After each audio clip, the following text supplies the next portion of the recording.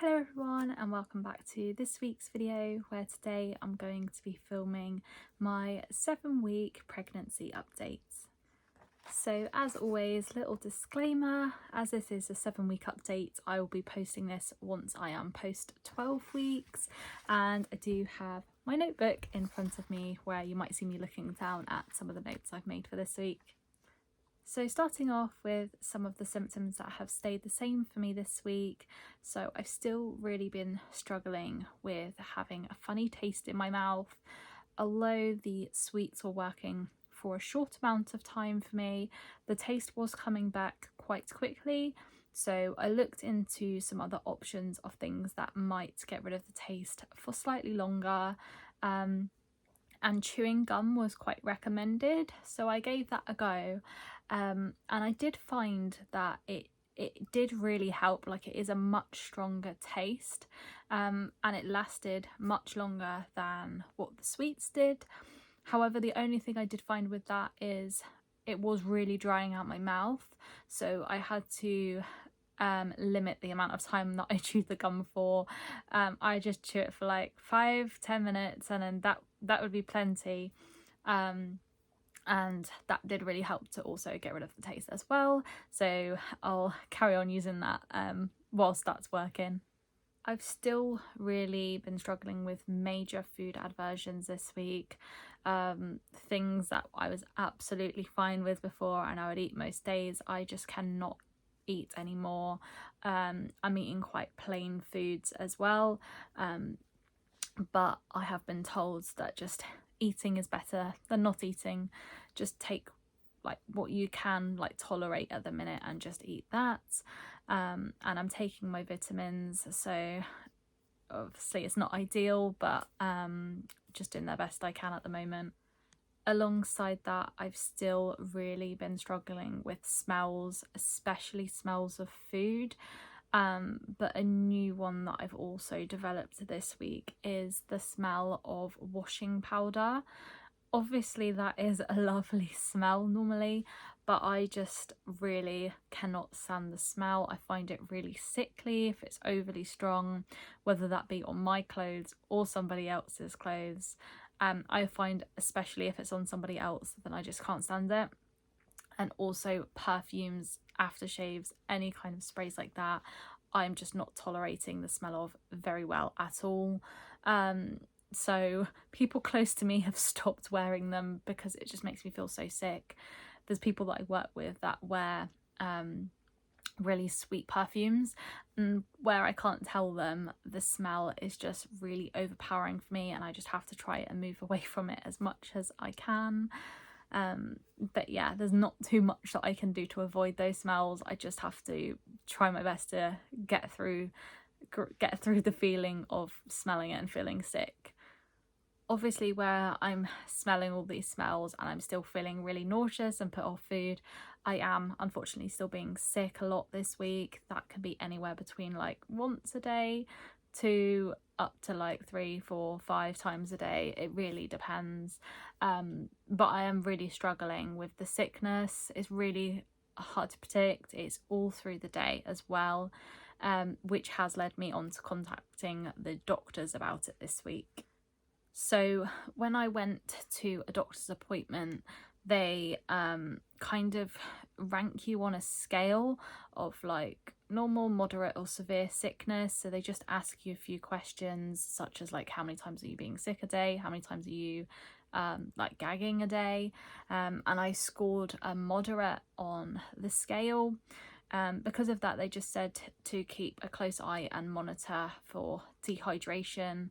I'm trying to keep as much liquid going into me as I can, but again, water, I'm struggling with to even drink water at the moment, so it is tricky, but I am filling up my cups and just making sure I at least drink a certain amount a day.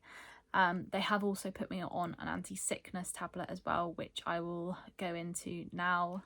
So I believe, and excuse the pronunciation of this, the tablet that was put on was called promethazine, which is a really common anti-sickness tablet used in pregnancy.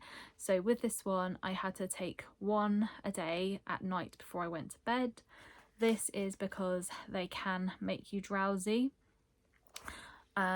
After taking this for 1 or 2 days, I did find this did make me quite drowsy. I was getting more tired in the day.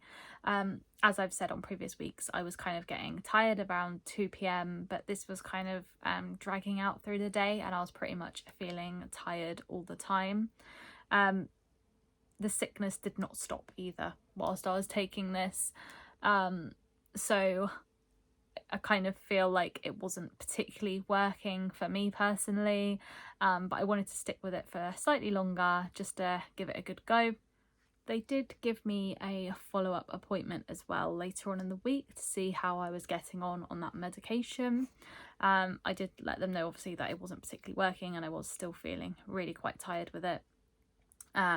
They did score me again on the sickness scale that they use. I was still scoring on the moderate side of things and slightly higher actually than I was before. So again, I was still advised to monitor myself for dehydration. At that point they decided to stop that medication as it was making me drowsy and it wasn't working, and they were going to put me on a different form of medication. Again, excuse the pronunciation here, I think it's called Silenzyme. But yeah, the tiredness with this one wasn't as bad. I was obviously still feeling tired as I was on previous weeks, but again, unfortunately, it just did not stop the sickness for me. So although it was slightly better than the previous medication I was on, it still just wasn't working. So with being put on that tablet, they actually booked me up for a follow-up appointment next week to discuss how I was getting on that medication. So yeah, I just have to speak to them again and let them know that that was also not working.